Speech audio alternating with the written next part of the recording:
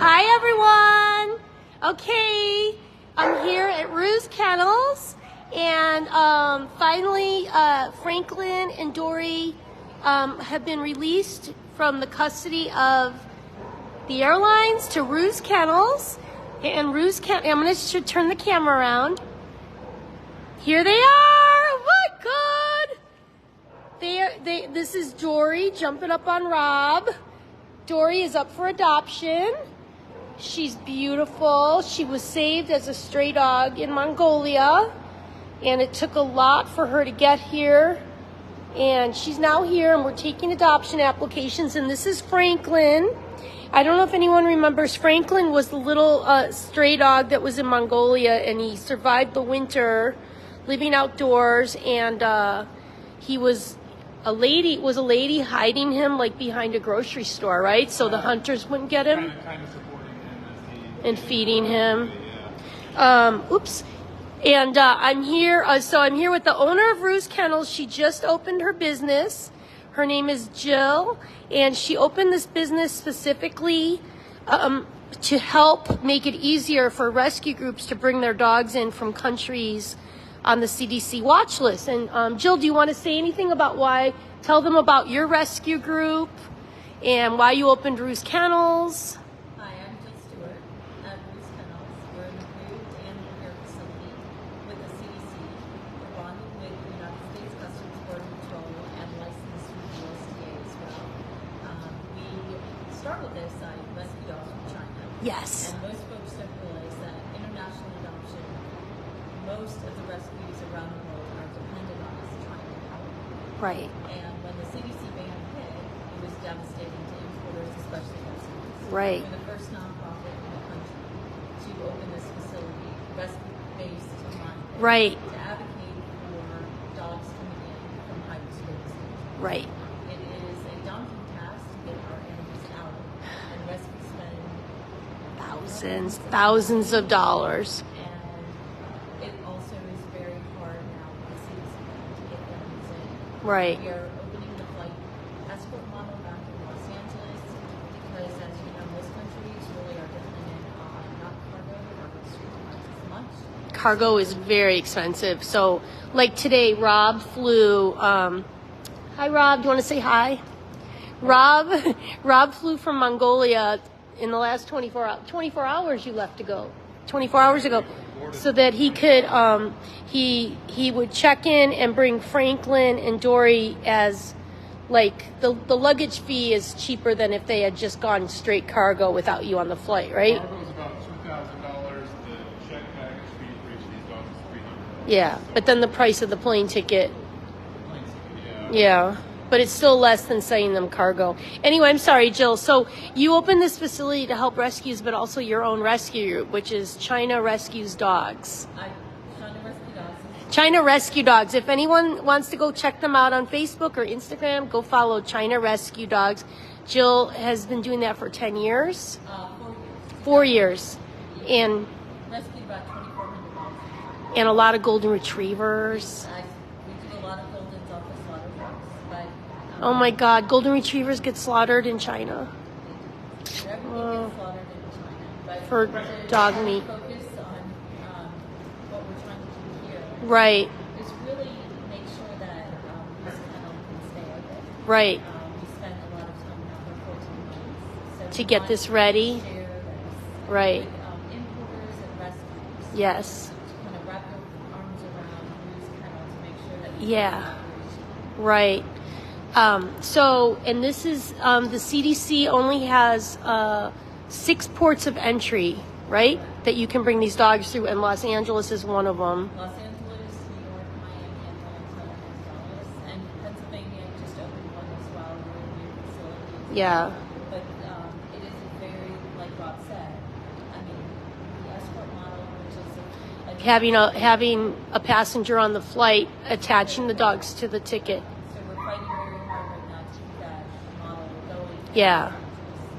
Can we give them a tour real quick? So Franklin and Dori can't cocker. We can't take possession of them. They can't leave the building. They're on a customs hold until USDA looks at them, Right. vaccinates them, and we process the paperwork. So they'll be on a customs hold until Monday. So they're under bond. They're under our customs bond. Yes. But they are, we designed the kennel, so they don't really know that they're under That they're in a bond. They don't know they're in a They kennel. don't know they're in a kennel. So we had an artist come in. I Make a wanted nice families mural. and importers to feel welcome. Homey. To come into our bonded facility, Rob and Kathy have filled out a customs form. And our driver's license and everything. Like, we have permission to be back here, That's right. but not anyone can come back here.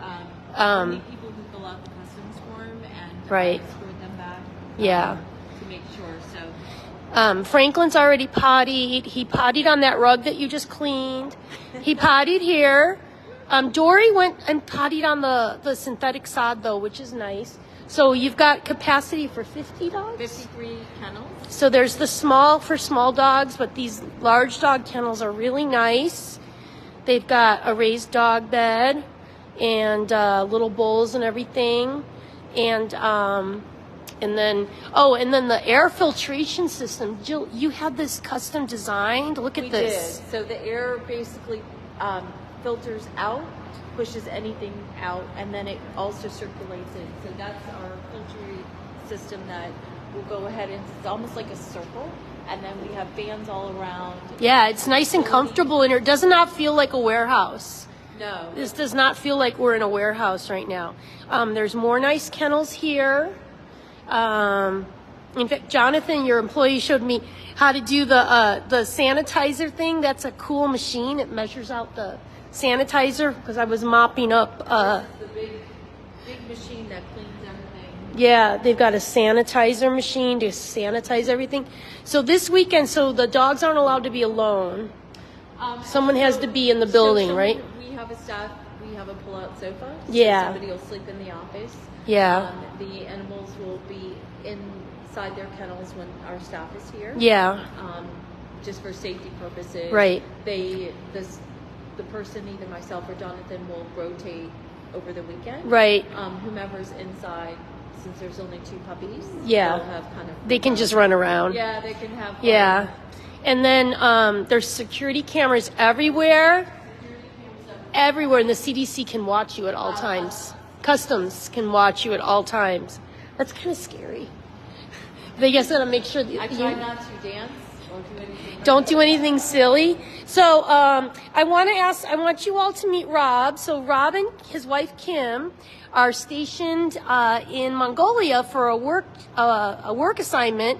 It's a 2-year assignment, and they got us started with this. Rob, do you want to explain a little bit about how you guys contacted Camp Cocker last year? Yes. So in our spare time, unofficially, we volunteer at animal shelters in Mongolia. They need a lot of help. They're starting from scratch. They don't have government-funded animal shelters. The only animal control they have in Mongolia is to hire dogs. Yeah, And then they pay by the lot. they pay the hunters to shoot the strays. Yeah, it's pretty brutal. Yeah, I think there's an appetite there for change. There's a law that's pending right now that might change that. Oh, that would be great. Right now, the only hope for animals that are on the streets are just very Get them off the streets. find people who started their own NGOs and started. Yeah. So Franklin's story. Franklin he was living on the streets last winter, and it gets down to 35 degrees below. Yeah, so it can get 30 to 40 below, and at that point, Fahrenheit and Celsius are about the same. He was living in an alleyway, and actually a journalist noticed him and contacted the shelter, and the shelter went there and met with a woman who knew where he was and Yeah. showed him. It looked like she had set up like a cardboard box for him to sleep Yeah. in, or it's coincidental trash that he was Yeah. climbing in. I'm not sure. and so he went to the shelter, and the shelter doesn't have a facility. They have dog houses with chains, and the dogs. Yeah. It's better. At least they're safe from the hunters. They try. Yeah. They just have no money Yeah. It'll keep the dog alive and then until a rescue can be It's found. still tough to go to the shelters, and as much as we love them and what they're doing, it's still tough to see the dogs living on a 4-foot chain in With a winter. dog house. It's hard, In yeah. winter in the coldest capital in the world. So one of our volunteers reached out to different rescue organizations, and Kathy, thank God, answered and said she would help. And Franklin And this and was Dori. a year July. It was July 2022 Yeah. that you guys contacted me, and the first group of dogs arrived already. Now, this Franklin and Dori are from the second group of dogs we committed to. Well, I mean, we're getting into the third now with Dori. Oh, is she from the third group? Yeah, so it's the 11th and 12th dogs, and we have a few more on tap. Yeah. And waiting to come here.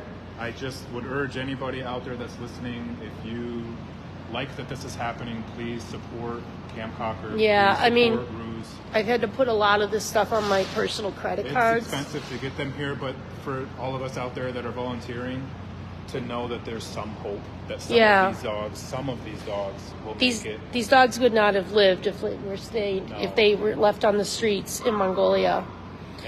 And they're nice dogs. Everyone who's adopted one of these Mongolian dogs has told us that they can't believe what sweethearts they are. They're first of all super dog social from being on the streets. They're dog social.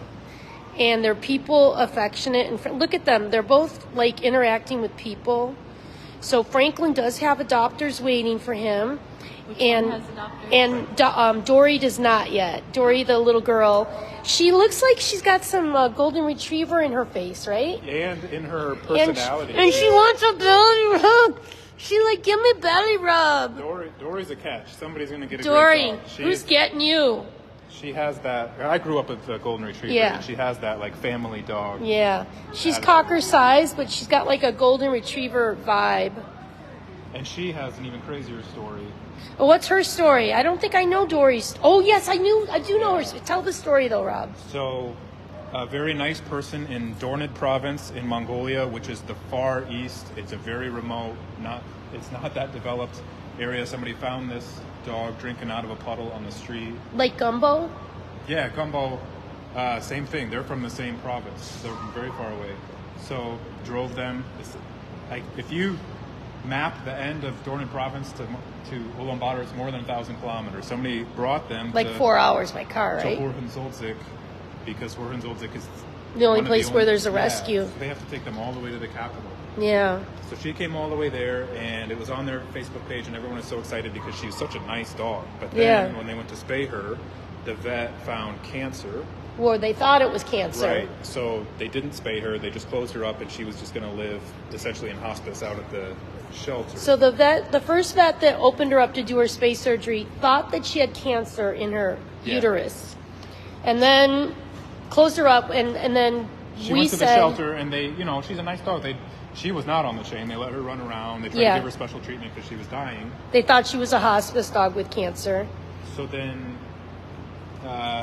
we asked the dog trainer that we work with to go evaluate some dogs for Camp Cocker. Yeah. And he evaluated her because we weren't sure which dog was the one that had cancer. Yeah. And they evaluated her, and she scored the highest. They're like, this is a very nice temperament dog. And then when we talked to the shelter and said, hey, we're interested in these dogs, they said that's the one with cancer. It can't go. And then she accidentally got picked up with the other group. Dori! Yeah, so the dog trainer picked her up anyway. He picked her up. He didn't know she was the dog that they thought had cancer, and he thought she might come to Camp Cocker. And that was a happy accident, Rob, because what happened... Because then this guy, Narka, who runs Solace Canine Academy... The boarding place. So once Camp Cocker commits to a dog, we get them immediately out of the rescue, and we board them at an indoor climate-controlled dog boarding place. With a very professional, award-winning dog trainer. And he's free, force-free. And so he took her to the vet, and they did an ultrasound and said, we don't think she has cancer. So we said, okay, let's move forward with the spay then.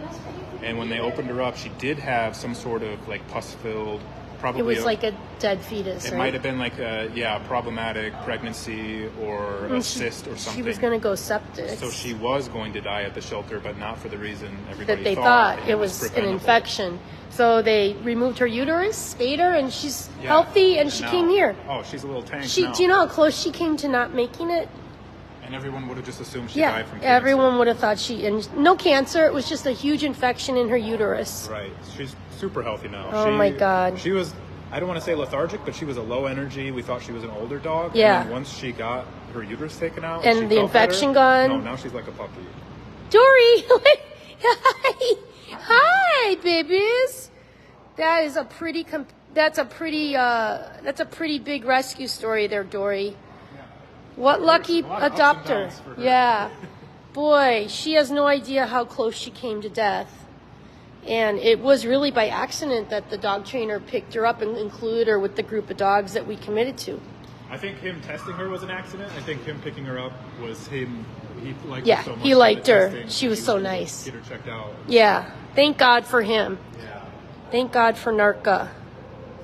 So anyway, here we are. So we're at Ruse Kennels. The dog, Dori and Franklin are right now under bond, which means they are not allowed to come to Camp Cocker and until Monday because the CDC can't release them until Monday because their offices, their administrative offices are now closed for the weekend. But anyway, oh, Dori, who's going to get you? She's a great dog. She is. She fostered with someone else. Who just absolutely loved her. Every Yeah. guest that came over, she played with kids out in the Wow.